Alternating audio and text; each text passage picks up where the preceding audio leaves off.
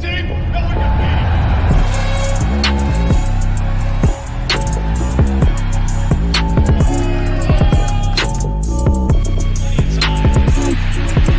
Stop it. Throw it to the end zone for Robinson and a touchdown.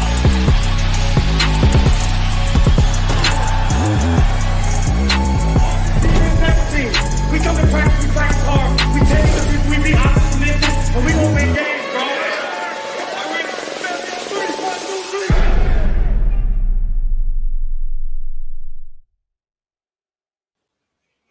All right, welcome everybody back to another Super Monday. It's the Big Doug and Carmi show. Our guest today is AJ from the Trap or Die podcast. Let's see, it's called Pick Your Poison today. We're going to go through a whole bunch of different scenarios. George, maybe nobody more polarizing in Commander's Twitter than our guest today. AJ? Yes. Exactly. What's up, AJ? How you doing, bro? Yeah, we're done. We're basically here trying to talk about I think the reason why he brought you on, AJ, is because of Drake May. Oh, we just lost him. Damn, okay. Well, not just Drake May, though. I mean, AJ, I feel like AJ's very controversial. He got a lot of takes that you either love or hate, or that people love hating. I haven't figured out which one it is yet, but hopefully we'll have him back because I was looking forward to this one a little bit. Yeah, absolutely. The podcast that they do with him and Maul and Dre and Maul, yeah. I like that one, so I was looking forward to it. We'll see if we can. Yeah, he'll come right back in a second. It was actually pretty good though. So I don't know if you guys caught it for those listening in the in the chat as well. Jamal actually did a great breakdown of Jaden Daniels the other day. I don't know if you guys saw any one of those. I haven't gotten through it yet. 50-minute different podcasts on them, and they're fantastic. What's up, Slim? How you doing, bro? We got our boys in the chat. I love it, man. Good to see everyone here today. It's awesome, man. So yeah, no doubt. Yeah, but when we do Jaden Daniels tomorrow. Yeah, we do actually. In this film room, I'm excited to see Mark Bullock and Nick Ackridge break that one down. Those have been great. Those have been a lot of fun. I didn't realize I was going to like those quite as much as that I have, and I feel like I learned a lot when we absolutely. That's why I want to talk to AJ, man. So watching Drake May, I felt that the analysis was a little bit off, right? I feel like there is some room to grow with Drake May. I think that he actually he can throw a person open. He has that, prototypical frame. I think he can basically throw the ball downfield. But AJ basically is really opposed to Drake May. I want to hear his perspective why, but we'll see how it goes.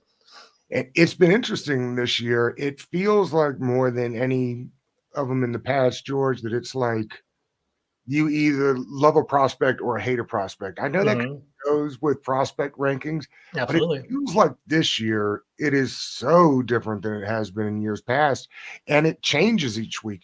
I'm not sure it changes each week on purpose, but I saw earlier, I'm sure you saw friend of the show, Benjamin Albright, posted that if he had to make his final decisions today, he would have expected that it would be Daniels going to. So I know some of that is just how we spin the draft season. Yeah, it's that lying season right now. Makes sense. Interesting. So far, it's so different of the opinions. All right, we got you back here. Yeah, it just went crazy as soon as we went live. Everything was just muffled. I apologize. No, you're all good. Outside catching it in a nice day. It looks like it might have froze again. Yeah, it's definitely a beautiful day in the DMV, as me and George were talking about earlier. But like I said, I'm excited to be on here with you guys and chop it up about some football. Absolutely, man. So while we were talking before, me and Doug were talking while you're off. AJ, we wanted you on, man, because we feel like you bring some polarizing takes. Like once you have an opinion on something, you kind of stick a flag in the ground and you basically are dedicated towards it. So we want to learn from you, bro. So what's up with Drake May? How do you feel about Drake May? What are your thoughts on that? Here, you're on mute, bro. You're muted.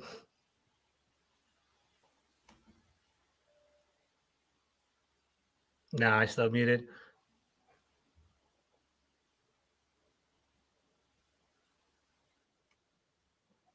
I can't unmute it. I can hear him. Let's see what's going on. Is he unmute him? Yeah. I tried to unmute it myself. I can't. It doesn't work that way. Here, try calling back again. Yeah, I don't know what's going on over there. It's all right. We'll keep trying. Live. Yeah, live broadcast over here. That's right. That's how it goes. We see the people in the chat. We see Big Simple. What's up, man? Say we lit. What up, bro? Good to see you. Dew said that hat looks better in person, George. Thank you. I appreciate that. Deron said, I used to be truly against May and Daniels size of leadership. And with May, I didn't know enough, but I thought he was just going to be a big Sam. All right, interesting. All right, AJ's back. Let's give it one more shot. My guy, can you hear us? Sorry about that. It was showing that the mic was on, but you guys weren't hearing me. But yeah, my opinion in regards to Drake May, I think that he's a solid enough quarterback. I just personally, for this team, and we're focusing on the Washington Commanders, I just don't think he's a strong fit for what they're looking for and what this franchise is looking for at that position. Pretty much in my lifetime, Washington has never had a franchise quarterback. And this number 2 pick is bigger than just, the Adam Peters and Dan Quinn, tenure. It's about setting this franchise up with someone that fans can root for, kids growing up can cheer for, and feel like they're building that relationship within the Washington, D.C. metropolitan area with. You're looking to solidify your quarterback for the next 10 to 15 years. And I just don't see that out of Drake May in particular. No. His career could go either way. It's a crap shot. Like that's the thing with the draft. No one is a safe pick. There's no guarantee. You don't know how anything's gonna, pan out, whether it be the Marvin Harrisons of the world, the Joe Oates, Caleb Williams. You just hope that they're in the right situation. And I don't think that's the situation for him here.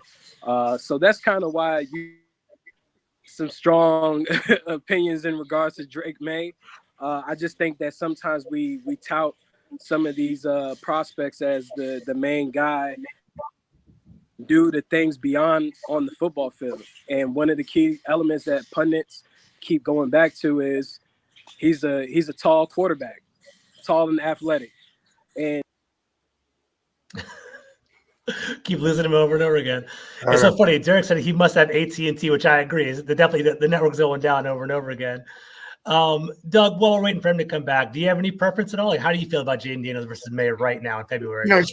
George, it's funny. My brother, we talk all the time about football, and he was asking me the other day, was like, do you have one yet? And I was like, well, I'm going to wait till we get tomorrow's breakdown of Jayden Daniels. But it feels like, and we kind of were talking about this before, as the wind blows, I change my mind on which of these guys I think. And I think all 3 of them can excel. One of the things that AJ said before he dropped, and I think this is the most important of all of it, is situations, right? Like maybe Sam Howell, and this doesn't have to turn into a Sam Howell conversation, but maybe Sam Howell was a good quarterback and wasn't dealt a very good hand by the landing spot. Absolutely. Or that we hear about Bieniemy's like refusal to change, or they'd get down. Did you see this about Bieniemy? I'll find. No, go ahead. Yeah, I'll break it find down. it and send it to you. But apparently, it was like they would start getting down, and they had worked on the plan all week, and then Bieniemy would throw it out the window. Oh yeah, I did see that actually. I saw that. And players got frustrated, and that they had worked on a game plan all week. And that, or he brought that tight end system from Kansas City and we didn't really have the personnel to run it. Yeah. It wouldn't fix it. So like so much of what goes into this stuff is situational and where a prospect lands. So does Jayden Daniels landing in Washington make him any more successful than if it's Drake May? I'm not sure. I mean, they already run some sort of similar system at North Carolina, right? Some version of the air raid there. And so at least Drake May has some familiarity with that. What I would have asked AJ was where he stands on kind of this notion of why did it take so long, right? Like feels like when you listen to the knocks on Daniels, that's what it is, right? Like everybody knew last year Drake May was going to be a consensus top 5 pick probably, or the second best quarterback in the draft. And then at 24 or whatever, in his 5th year in college, in the 2nd year in that LSU system, then boom, he's skyrocketing with these huge numbers on his way to winning the Heisman. I feel like you shouldn't get punished for getting better at your craft. so that's I guess that's where I'm stuck, George. It's like I don't want to punish a guy for getting better because that's what you want. Hmm. I don't want to punish a guy for having weapons. Hmm. And Lord knows he did at LSU. That two of those wide receivers are going to go in the first round. Absolutely. And Neighbors may be the best of them all. There's plenty of people who have come on this podcast and told me they like Neighbors better than Marvin hearing that Harrison too. Jr. I'm hearing that too, for sure. Strictly because of the route running. Hmm. So yeah, I don't want to blame him for that, but yet those are the knocks I think when you ask people that do it for a living. That's where it was. Like I'm not sure that the ceiling is that much higher. That's where we talk about floors and ceilings. Absolutely. I'm not sure that Drake May's ceiling is so much higher than Daniels. I don't know why that is. So I don't know. I think it's the opposite. That was a Yeah. Pick Your Poison episode, right? Yeah, A yeah. little bit of everything. I hope he gets back on here, to be honest. I want to hear his perspective. But I think it's the opposite, right? I think Daniels has the higher ceiling, right? I think he has a higher ceiling and the higher floor. What I like about Daniels is he does bring that upside. He does bring that running capability. He does bring that deep ball capability. I think he's one of the best deep ball passers in the entire draft. Him and Michael Penix together can definitely throw it, can let it loose, right? With Drake May, which I kind of want to talk to AJ about, I think all the concerns that you hear about Drake May are correctable, right? The fact that he has poor footwork, the fact that he has a long release, the fact that he's inaccurate, I think that those are things that can be coached up.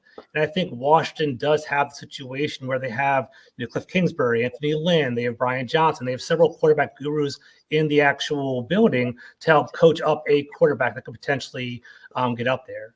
What I do like about May is that he's 21. I think that there is some growth to that. There's some growth to his size as well.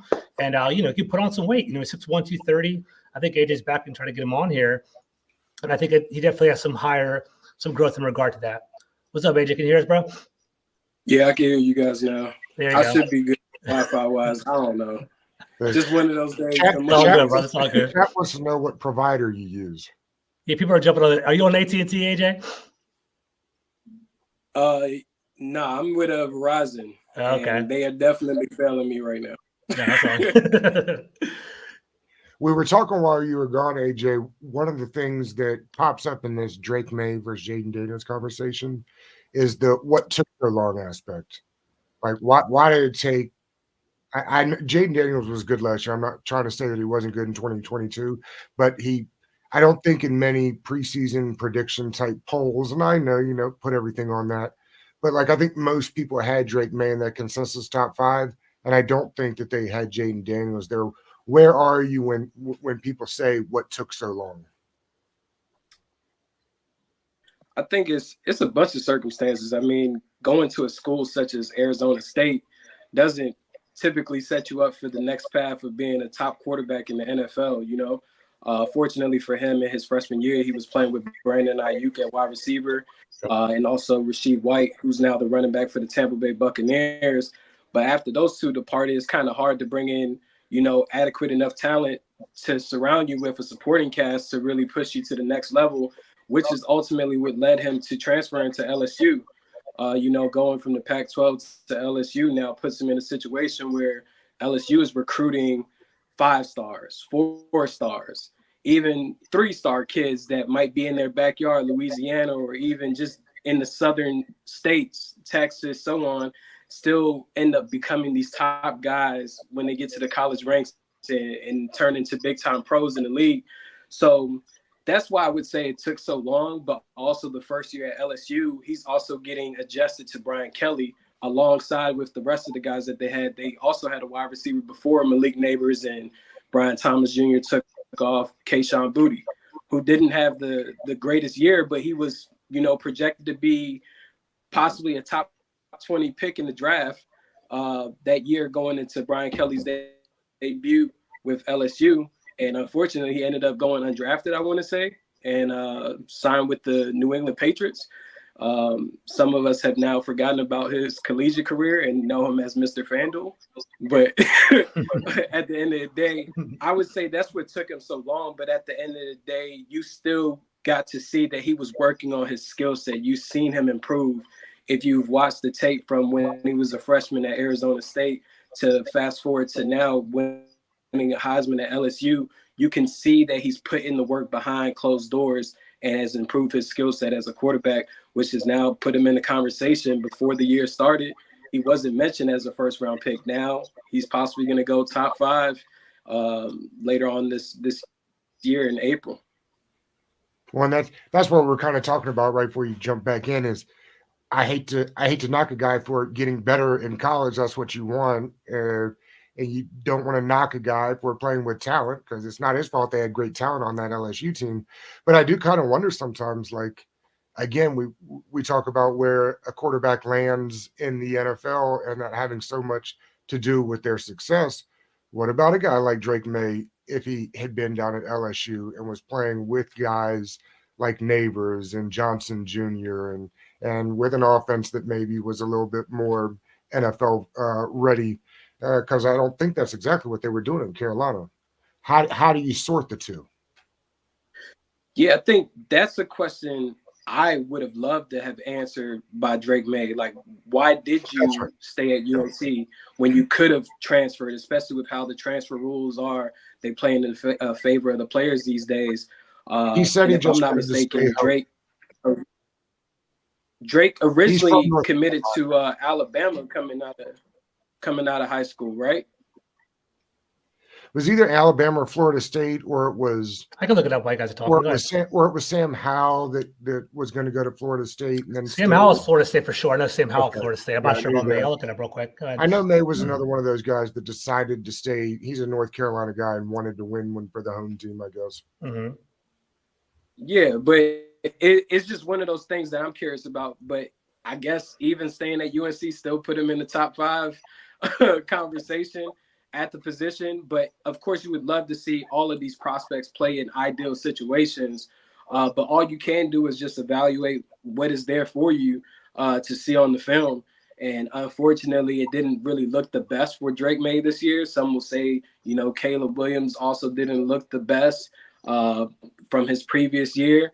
Whereas you now have another guy in Jaden Daniels who has looked his best of his collegiate career to the point where he won a Heisman. So it's just one of those things. How do you plan on surrounding those guys with the best talent and building them up and putting them in situations to succeed? That's ultimately what you want to do when you select any of these guys, whether it be a quarterback, wide receiver, defensive back, whoever. How do you plan on utilizing this talent when they get within your organization? And like I said, someone might have a great plan for Jaden Daniels. Someone might have a great plan for Caleb Williams, a great plan for Drake May. But ultimately, it boils down to the situation that you're put in. I think a lot of guys could have had better professional careers if they were in better situations to begin their career. I agree with that 100%. And just to kind of circle back on that, guy, so Drake May got offered from Alabama, Clemson, Georgia, Miami, Michigan, Ohio State, Ole Miss, Tennessee, a bunch of other smaller schools like that. So he had a bunch of offers coming into college. Teams like guys that are 6'4", 240, Georgia. Exactly, right? So we got that there. AJ, what are your concerns? I know you seem pretty high on Jaden Daniels. You seem like he's has high upside, mobile quarterback. Are there any concerns that you have for Jaden Daniels right now? Real quick, go ahead. Say that last part again.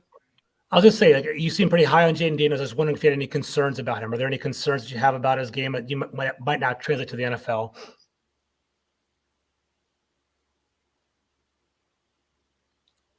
A minute again, bro. In regards to Caleb Williams? No, Daniels. Daniels. I think the main concern you have is just being able to pick up things still at a fast pace, pre-snap and post-snap defensively. I'm not one of those guys really concerned about a player's weight too much. I know that's like the main thing people want to talk about when it comes to Jaden Daniels is his weight. For me, he's been able to stay pretty damn healthy in playing 4 years of collegiate football in the Pac-12, 2 in the Pac-12, 2 in the SEC, and he hasn't suffered any major injuries. Of course, you don't want your quarterback leaping into defenders in the middle of the field, but overall, he stayed pretty healthy. I think my main thing is just processing the game at a fast enough speed Those are my main concerns with any quarterback, but him in particular. I think he does a solid enough job of that right now on the collegiate level. But we also know that a lot of these college defenses aren't as complex as an NFL defense. But there is a benefit of him playing in the SEC because he played against a lot of NFL type looks, especially when you look at that tape against Alabama. I think that's a great tell-all for who Jaden Daniels is as a player. Like, they're playing all different type of coverages, like real NFL defense from the play calling standpoint and coverage looks. I think that could tell you a lot about how he sees the game and how he, use his arm and also use his legs to his benefit in trying to get, his team a victory. George, I seen Rockman in the chat talk about Michael Penix. Mm-hmm. There's nobody that the league is lower on than the fan base of the NFL is higher on.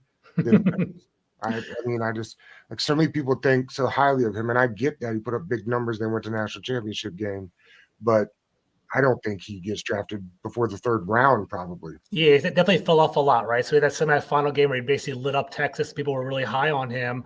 But everything that I'm hearing now, he's maybe in the 40s or 50s in regard to prospects, like a late second round, early third round is what I'm hearing now too, Doug.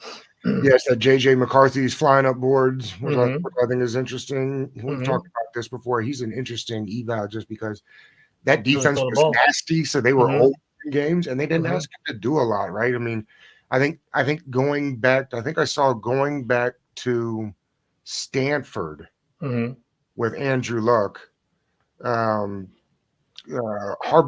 only passed the ball like 60% of the time. Wow. It was an unbelievably low percentage of the time for a team that put up the kind of numbers that they did.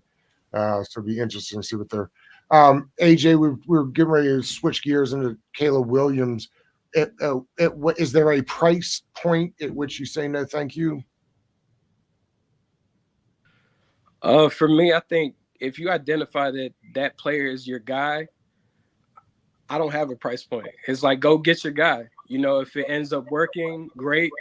If it ends up failing, at least you can walk away and say, hey, I did what I felt within my gut, and I tried, and we just didn't hit. Like the 49ers, where Adam Peters experienced that. They tried to go get a guy that might push them to an even further level besides Jimmy Garoppolo, even though they had recently been to the Super Bowl. It didn't work. And fortunately, things kind of played in their favor. After some quarterbacks got hurt, they landed on Brock Purdy. So it's like, you still just want to take that risk. I think no risk, no reward.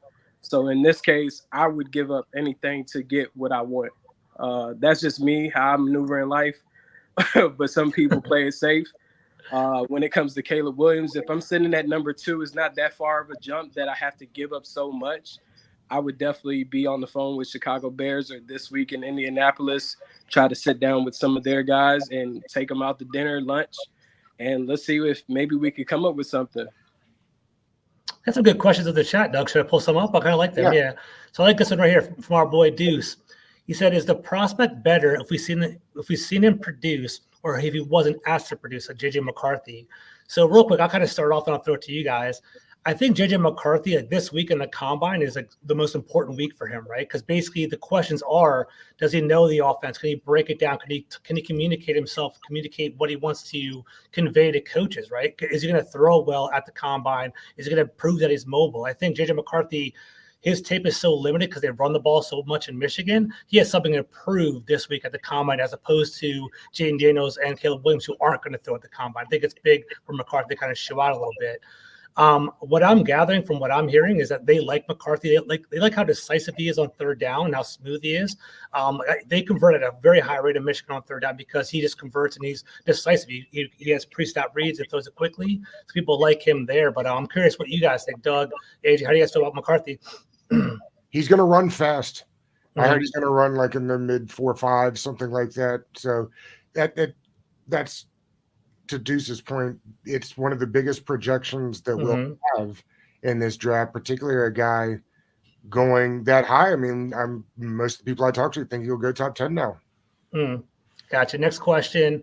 Raul asked me, are you riding with Drake May, George? I'm pretty open, man. I think, honestly, We have 2 months until the NFL draft. We have so much more information to kind of We're sift through. exhausted, It's gonna be George. exhausted by the time we get there.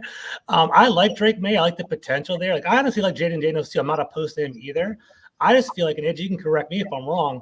I just feel like with Drake May, there's like a higher floor. I feel like that size is something you kind of factor into the game. I think he's 6'4", 230. He's only going to get bigger as he gets older. He's only 21 years old. I think the knocks on May is that he has a long release, that he has poor footwork, that, pro snap, he could be, hang on to one wide receiver a little bit too long. He kind of hangs on to his reads there. But I think that can be coached out with the coaches we have in DC. So that's why I like May. I'm kind of concerned with the whole Jaden Daniels size. I am concerned about that. And I feel like running in the NFL can win you games during the regular season, but you have to be decisive as a passer to win the playoffs. But Daniels can get there, but that's just my concern right now. What are your thoughts on that, AJ? Yeah, I mean, I think with Drake May, of course, a lot of people are going to focus on the size, like I said. That's the leading point. I think it's going to sound repetitive, but once again, everything is situational based. Even if you talk about J.J. McCarthy, it's like he would look great in a Minnesota Vikings offense, Yeah. But he may not look great in, just saying a random team, but Kansas City Chiefs. Of course they're not drafting a J.J. McCarthy, but it's all about the situation. I think overall that's what it really boils down to. George, how insane would the fan base go if the new group in Washington gets there, pours over the tape, and says, "You know what? We think this was like an EB problem with Sam Howell, and we think we can make it work." And Cliff says, "Yeah, no problem. I've worked with much less talent and gotten bigger results." Is it instant meltdown in the fan base? Absolute meltdown. I think it'd be an absolute meltdown. I think people have kind of like kicked Sam out of the curb, unfortunately. I think like we were talking about in our chat the other day about potentially trading him for like a 4th round pick, 3rd round pick, if we get that, bye-bye Sam. I think, they're going to reset they can't have Sam Howell return as a quarterback next year. I just think there's limitations there. I think it's kind of been exposed.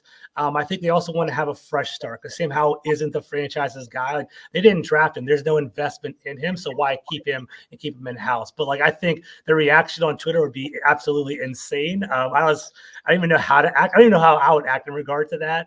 That's one thing. And like, I guess Doug and hey George, I'm mad that Doug brought me on here to mention Sam Howell's damn name. Okay. That's the last thing I'm trying to hear today is Sam Howell. Yo, AJ, real quick, we were talking about this in the chat too. So do you think that Sam Howell should even be on the team next year? Like, even like if they get a quarterback at number 2, should he stay in the team as a backup role? How do you feel about that? No, I honestly feel like you still need a 3rd quarterback because Sam is also going to be learning a new offense, but he also isn't acclimated to the NFL well enough or long enough for him to truly be your number 2 within that quarterback room. I think that they got a lot of experience with Pritchard, Brian Johnson, and Cliff Kingsbury all being on that offensive side of the ball and also being former quarterbacks on a collegiate level, some having more success than other. But at the end of the day, when you're drafting a number 2 quarterback possibly, you still want that veteran presence within the quarterback room that can relate from a player's perspective. So I would still be in the market to adding a veteran quarterback, possibly even keeping Jacoby Brissett within that room. But also if a team does, call and say, hey, what's the value of Sam Howell for us to, add him to our team? I think you have to listen to those calls and possibly make a move. Now, the rumor that's being put out there, 3rd round pick, I'm not buying that. Me neither. I don't believe it. Well, what does it say about Sam Howell if he is worth a 3rd round pick? You know what I'm saying? Like, if the league values what does it say in a 3rd round pick, then what does it say about our willingness to move off of him so fast? Because if the league thinks he's worth a 3rd Doug, pick, that's a really good question. But I think it would more so speak volumes of the organization that would pull the trigger on said move. Because They're more even right desperate. now, we're projecting if Justin Fields, yeah, like if Justin Fields is the guy that not Atlanta, but Chicago decides not to roll with anymore, his projection of trade value is a 2nd-round pick. So are you saying Justin Fields and Sam Howell are kind of close with each other? Like, I would think if Sam Howell were to get traded, it's possibly for a 5th-round pick, but a 3rd-round pick, even if you use a compensatory 3rd, I still don't think that makes sense. It's almost as if you're buying into the fact that this guy has a possibility of competing with your other quarterbacks on your roster to be the number 1 guy if you were to give up a 3rd-round pick. That's how I would look at it. So, I mean, if you could pull it off, hey, if you're Washington, hey, you just fleece the other team, you know? Well, look, If you're the team that ends up getting that I wanted Fields in that something- draft, but I don't know that right. he's good enough to show me that he's a starting quarterback in the league right now. You think? You think there's Say- you say think I said I wanted Fields in that draft too. I thought that was Ron's biggest mistake was not trading up that year. It didn't cost that much. That being said, I can't say that he's done much in his time in Chicago to show me that he warrants being a starting quarterback any more or less than Howell. I think it's someone to you, AJ. I mean, I think the thing with Justin Fields is you also realize he hasn't been surrounded by enough talent. I guess. I mean, I don't know that it's any more or less talent than we have here in Washington. By the way, George, the roster is terrible. Oh, our team? Yes. I mean, that's a story for another day, I guess, but I was looking at it again today. Yeah, it's in rough shape right now. It's awful. Yeah. The only thing you can hang your hat on is probably our defensive line and our wide receivers, because I do think Terry McLaurin's going to bounce back. I think Two guys, I think Joshua will two bounce guys on back. the defensive line. Who's rushing the passer? Yeah, I'm about to say Who's Deron playing Payne. edge? Yeah, we don't have any edge at all. I agree with you there. It's like- tough. I like KJ Henry, but that's the starting DN next year, and Andre Carter. Man, those guys are not starting for this defense next year. I tell you that. When they don't even fit in with what Joe Witt Jr. or Dan Quinn would want to do defensively. Absolutely. I know Joe Witt had an interview, not an interview, a presser where he kind of said like, we can pretty much match our defense to do whatever. Yeah, that's cool and all, but at the end of the day, there's certain type of guys that you like from a trait standpoint, and those guys don't have the traits that I've seen a Dan Quinn type of defense ever have. Like they just don't do it. So I expect them to be pretty active in the draft with pass rushers and free agency, trying to get some guys and maybe even be on prove it deals with some guys. But I definitely see them trying to create some type of D-line rotation. And Yeah. Doug, go ahead. Go ahead, George. I was going to say, just that goes back to our original point, right? We brought up the question earlier, and Midget kind of brought up in the chat as well, trading for going up to Caleb Williams. That's why I wouldn't do it. I think our roster is so depleted. I think we need all the picks that we can get. I think the most I would ever trade to move up to number 1, it would be that 1st-round pick next year. I think I would trade the number 2 overall, the 2nd-round pick this year, and the 1st, but that would be my limit because I feel like that's a premium that I would be paying. Anything more would be setting our team back because we have plenty of needs. And going back to Charles' point, Charles in the chat as well. What's up, Charles? He talked about situational matters, right? And I think we can talk about this a little bit too. I think it's important that, if you have a depleted roster, you can't build up around your quarterback. You need all the resources you can, whether that's a good running game, whether that's a good defense, whether it's more wide receivers and weapons there as well. I don't know if there is one quarterback that is head and shoulders. Everyone says Caleb Williams is head and shoulders better than Daniels and May, which he could potentially be. But I think, going to the Bears or going to a different type of team, if your roster isn't ready to kind of set you up, if you have unstable coaches, unstable offensive coordinators, you're not going to be successful regardless of what it is. That's why, for me, May and Daniels, Williams, they're kind of all in the same tier for me because I feel like it's all about situation and it's kind of insulation. Or the coaches there to protect them. And I think we have good coaches. I think with Kingsbury and with with Peters and with everyone is kind of Lynn and Brian Johnson and Pritchard, I think we have enough protection for any quarterback that we choose. It's kind of pick your flavor right now, pick your poison, if you will. That's kind of where we're at right there. That's right. Nice one, George. Gotcha. But yes, I was talking today about, the very, albeit small chance that they keep Howell and trade down for picks because the roster's so bad. I think I would prefer that other than moving up. But then Rush Manuel, who does a great job on Twitter, said, well, and this makes a lot of sense. I don't think the Texans would give back all them picks and not take Stroud. You know what I mean? So, like, in the end, and we know this as Washington fans as much as anybody, if you don't have a quarterback, then we're just sitting here having these stupid questions about what quarterback you should take, because Absolutely. teams with quarterbacks aren't having this problem. We'd be talking about the best pass rusher. But saying to your point earlier, I think the fan base, another one of these fan base go crazy moments, but I could definitely see them double dipping on defense in the second round, particularly if they go quarterback in the first. It would make people angry because the offensive line's in such bad shape. But if a Chop Robinson falls to the second round, if the guy from Missouri happens to not make it because so many receivers and quarterbacks go in the first round, there's going to be some talent there. And that, like we were saying, that defense has holes all over the place, as well as the offense. I mean, they can go in so many different directions. They could do whatever they like. But the ends, they've got to find a way to fix that. And Yeah. I think, AJ, you mentioned earlier, and I've said this before, I could see guys like Leonard Floyd on 1-year deals, like mercenary edges, could be exactly what this team rolls with next year. Say that again. It was like very choppy for some reason. Oh, I said I could see a situation where they go like for DN next year, where maybe it's just 1-year mercenaries like Leonard Floyd to get you through while you're still trying to build the roster up. Not a great free agency year for offensive line. Yeah. I mean, I definitely think that they will be actively in the market for possibly that number one pass rusher, but also you got to look at their past relationship with guys like I think Dante Fowler is a free agent who also played with the Cowboys DN. You got Dorrance Armstrong. Like you said, there's names out there like a Leonard Floyd, a Jadeveon Clowney.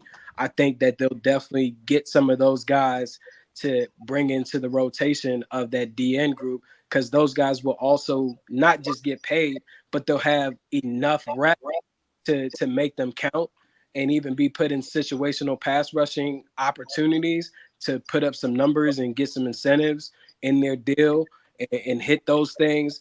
But yeah, I expect them to be extremely active in the free agency. I think that will determine how they really attack their draft board. If they can go out in the free agency periods before, the draft actually happens, they can see if, we signed 4 DNs, now we could possibly just add 1 in the draft. We don't necessarily need to make it a vocal point here and there.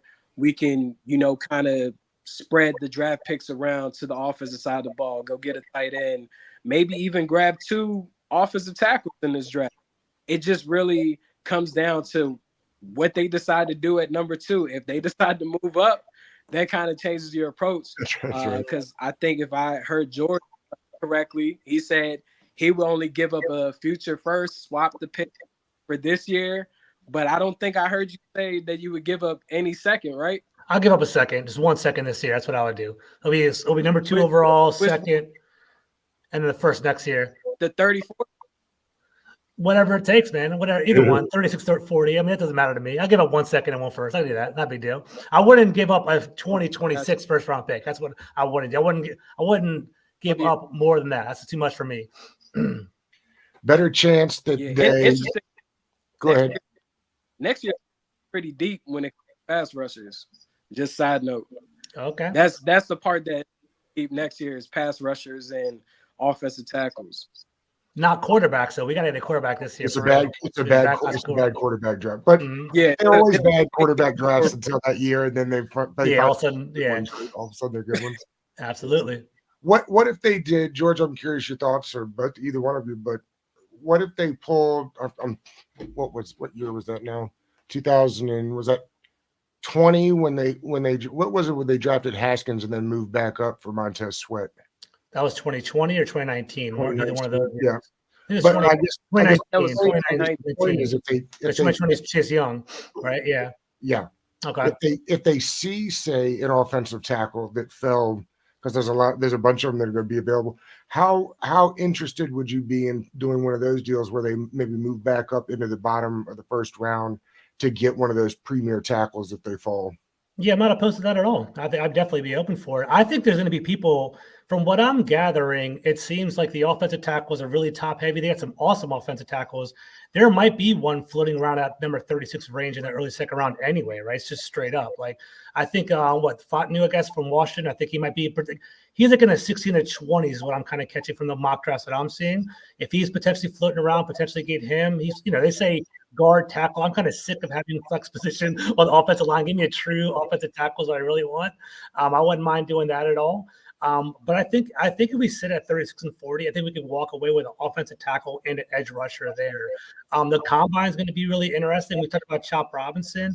I think he's going to blow up at the combine, man. We talked about it earlier, or actually yesterday, Doug, about the Bruce Feldman's freak list, right? Chop Robinson is supposed to be the number one prospect to blow up at the combine. I think his draft projections are going to go up a lot after this week. So I think it's going to be something to open up. But like, if he's sitting there around the 30s, I would definitely be interested in him. But I'm not opposed to going after your guy in the early second round, because you guys can correct me. I didn't think it was that expensive to move up, right? It wasn't like a future second round. It was like, I think we gave away a second round pick plus our future second round pick the year after just to move up in the first round, which isn't the end of the world. And plus we have two second rounders. Not a big deal. I was surprised my guy Mims from Georgia didn't show up on that freak list, because he's going to test out of there. He's going to. I think it's coming off injury though, right? Is that why? And I think Mims is definitely a freak. Mims is a beast. He's a beast. I think he's coming off an injury though. I think that's why he might be testing. He said he's fully healthy now. Okay. At the combine, he had Gotcha. that what is it? The tightrope surgery. Yeah, tightrope surgery. Mm-hmm. I don't know what that even means. And it loosened up in the SEC championship game. Gotcha. Which is why he didn't look. Only 9 starts for him. That's going to be. We talked about interesting evals for Mims, but I could see him being a top 10 guy by the time the combine ends, because he can play both sides. And then the guy Guyton from Oklahoma, George, might be a guy that makes it to that early second round that you don't have to. Yeah, like that a lot. Mm-hmm. A pure right tackle. And it's interesting. There was this time when it feels like everybody wanted a left tackle. And I understand the concept, because you're protecting the blind side of the quarterback. But in a day and age where you've got 5, 6, 7 man rotations on the D line and they're coming from everywhere, that right tackle is becoming just as important as the left tackle is. And frankly, so are the guards with more and more interior pressure. You've got to have 5. Yeah, I agree. Yeah, definitely. Because the reason why the right tackle position is becoming even more popular is most of the quarterbacks are right-handed, so they're rolling out to the right more so than to the left. So that's true. That's a good point. It's like you want to make sure you have that protected even more so than the left side, because the day and age of the pocket quarterback, all the way like the Elway's. Well, Elway wasn't. He predominantly played out of the pocket, but like the Tom Brady's, the Roethlisberger's, the Marino, they not really existing anymore. You're now seeing guys being dual threat quarterbacks and being the guys that are taking over the league overall. Absolutely. I'm hearing, obviously the left tackle and the edge that goes across them has that blind side attacking the second from behind. But a lot of the edge on the right side basically are known for like swatting the balls down and kind of knocking the ball down, because they're in the face of the quarterback. They create the pressures that basically can create some turnovers as well. So it definitely goes back and forth there. AJ, quick question for you, bro. So we talked about Cam Curl. We talked about Cam Curl with some people that I've interacted with. How do you feel about Cam Curl? I see the smile on your face. How do you feel about Cam Curl as a potential free agent signee in Washington? And are there other free agents that you're interested in DC? It's funny that you say that, George. Our minds are starting to work together. Yeah, we work together a lot, I was just going to ask AJ, does he think there's a better chance that Cam Curl or Kendall Fuller is back on the team next year? Yeah, I think with Cam Curl, the main thing that he'll learn this week is what is the value for his services around the league. Yeah. I think that's what a lot of people don't understand about the combine week. It's beyond even just the actual prospects on the field. Those guys are also represented by, agents that have guys on active rosters that are free agents. And a lot of these deals are talked about before the legal tampering portion comes to play. I think this week, Cam Curl will learn what his market is dictating, and Washington will learn as well. And that will ultimately determine if Cam Curl is back with Washington or not. If he's asking for $14 million plus a year, I don't see him returning back to Washington. What was the I number just you don't said, think AJ? it's enough bang for the. What was the comes to number Cam. you said? What was the number you said for Curl? I said if he's asking for at least like $14 million not a season, but a year, Yeah. I think that will push Washington out of play for his services, even though they have a lot of cap that they can utilize. I just don't see that as something that they would want to commit to when it's a safety that isn't bringing you any big time plays. You're not getting a lot of turnovers from him, forced fumbles, not really that many impactful plays to garner that type of payday. But this week he'll learn, what his market is. A lot of the safeties last year thought that it was going to be a hot market for them. But you've seen a guy like C.J. Gardner-Johnson have to sign for maybe like $5 million, I believe, 1 year deal with the Detroit Lions. Mm-hmm. So this is a big week for him to find out if that market is getting pushed up in some cases to help improve what he could get out there. With Kendall Fuller, I think it comes down to if Kendall even wants to stay in Washington anymore. Sure. And does he really fit within this scheme? I'm not quite sure Kendall fits within the scheme. I think Kendall has lost a step, unfortunately, even though he's not old, but I feel like he's lost a step. I think that there are other guys within the cornerback market that you should explore and possibly not bring back Kendall. I hate to say it, but that's just the reality. I think that he might be on a new team next year because I don't really see him as a scheme fit. George, we talk about Cam Curl all the time, one, because he's a fan favorite, of course. But it's interesting with the number that AJ put up, which I think is probably the right number around there that he'll be looking for. It was just last year that the Ravens gave Marcus Williams that deal, and they're already trying to get out of it.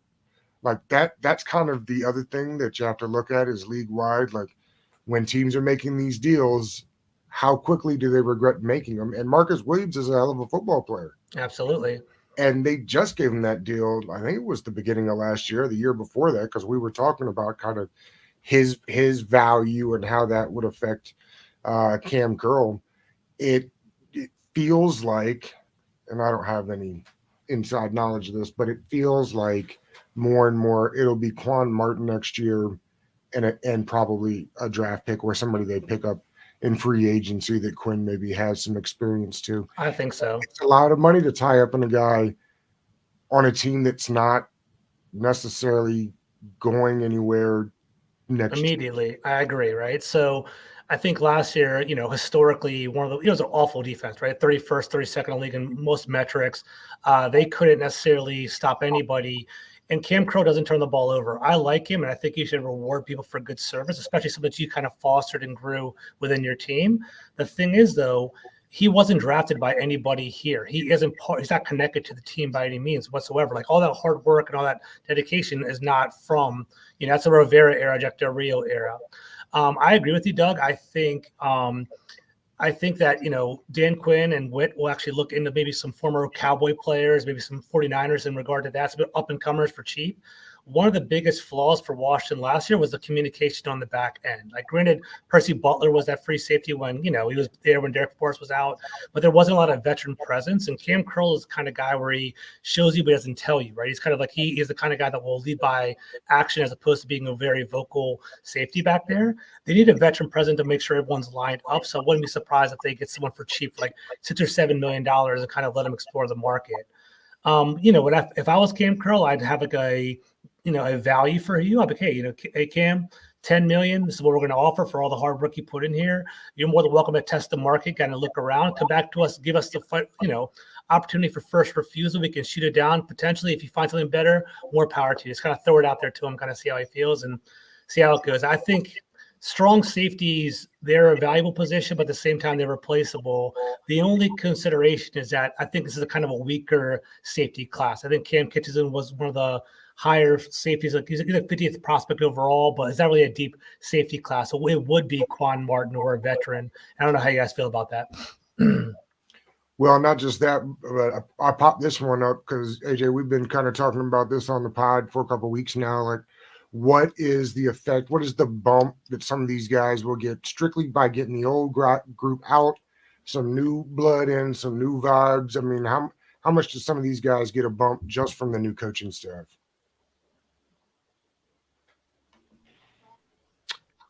I didn't really hear the last part. I just heard something about like getting a new blood or whatever. So how many of these players get a bump? How many of these players get a bump just from the new coaching style?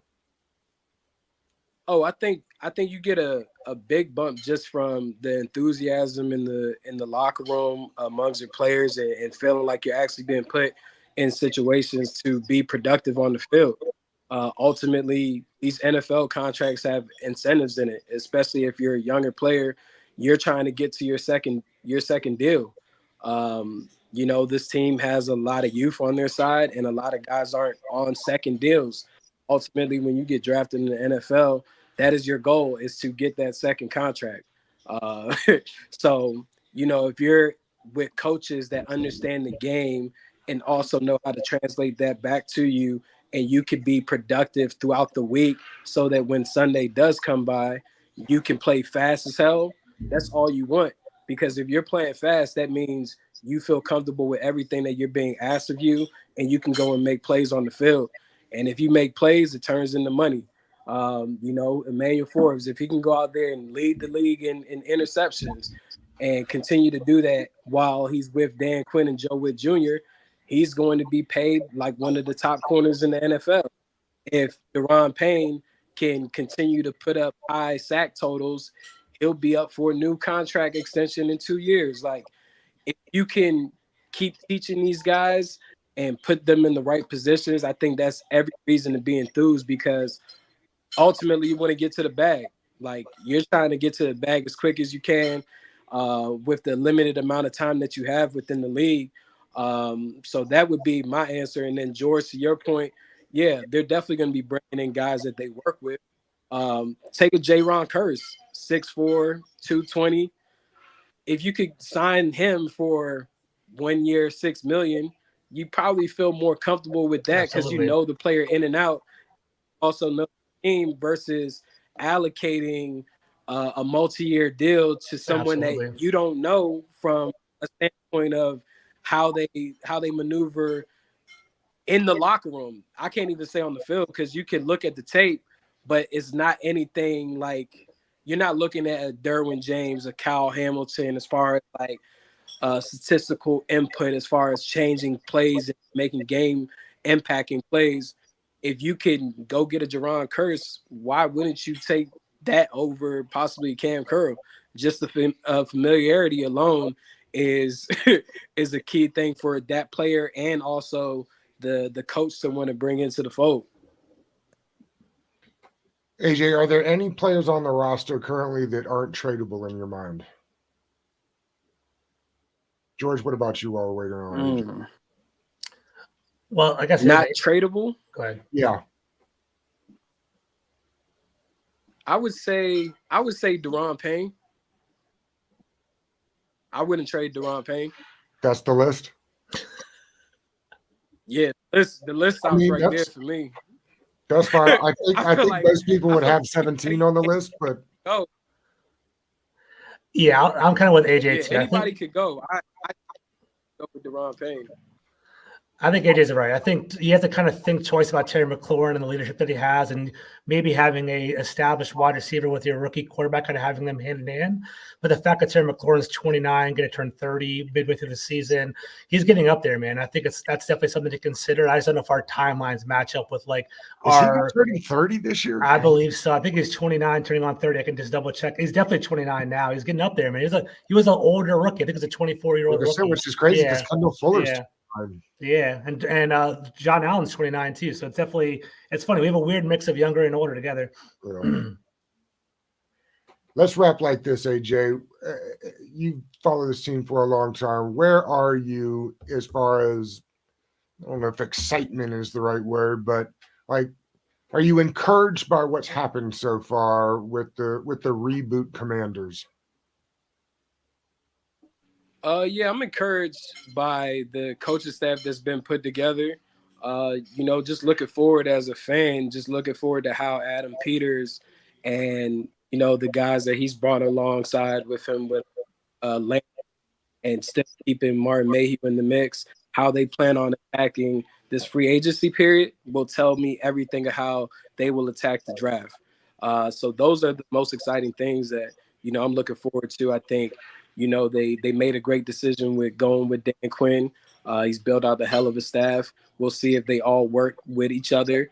It's a lot of dynamic personalities and individuals who have had their success from a collegiate and professional standpoint. Now it's getting everybody on the same page to get after one common goal. But I'm excited, and I think my excitement level will reach to an even higher level if they acquire a Caleb Williams at quarterback.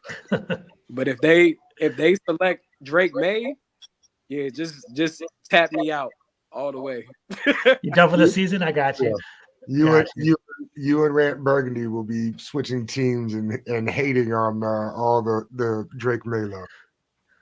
I know he was in the chat earlier. Excited. Yeah, I saw him earlier today too. Yeah, I just feel like if you go Drake May, you might as well just keep Sam Howell. Like they pretty much almost like the same guy in my standpoint. Just Drake May is a bit taller, and I would say even though Sam is athletic, but Drake has a little more gear to him. But yeah, I'm just not really sold on Drake May. But that's my personal opinion. Of course, we all have different opinions. That's the beautiful thing about platforms like this, Doug, what you got going on, Twitter, and the film breakdown that people are doing, whether it be amateurs or professionals, however you want to look at it. Everyone sees things differently. For me, I'm just not sold on Drake May. That's not to say I'm against him as a professional player. I wish everybody the best, but sometimes certain traits just carry over. And the traits that I've seen on the film, I'm just concerned about that next level. I'll say this about Jaden Daniels, and again, I think maybe I'll end up liking him the best by the time we're through. If you're taking Jaden Daniels because you think you're getting Lamar Jackson, then you're not doing it right, because those guys aren't the same. So I think they're about as close as Hal and May are. But that I'll just leave that there. If you think you're getting the second coming of Lamar, then you're not looking at it right. AJ, what time you guys kick it off tomorrow with the Trapper Dive podcast? You guys are so on Trapper Dive, Trapper Dive podcast, who I host alongside with Maul, who does a great job of recapping Washington Commanders games, and also Dre, My Sports DC. Dre is his hashtag. Not hashtag, but his at name on X. We start every Tuesday at 7 p.m. Eastern. They're good people, man. Dre's one of the funniest people on Twitter, and Maul's breakdowns, man. I want to hit up Maul and give him props on the Jaden down last week on Jaden Daniels. I really appreciated that. I'll tell him what's up on that. Fellas, appreciate it. AJ, this was great, man. Thanks for doing this with us. Hey, appreciate you guys being patient through my Teddy Riley difficulties. If you versus, you know exactly what I'm talking about. But I definitely appreciate you, Doug and George, for allowing me to share this platform with you guys today, man. And excited to see what happens over the next couple of weeks with the Washington Commanders. Come for the Jaden Daniels talk and end up with the Teddy Riley reference. You have to appreciate it. All right, fellas. All right, brother. Peace out, guys. Peace.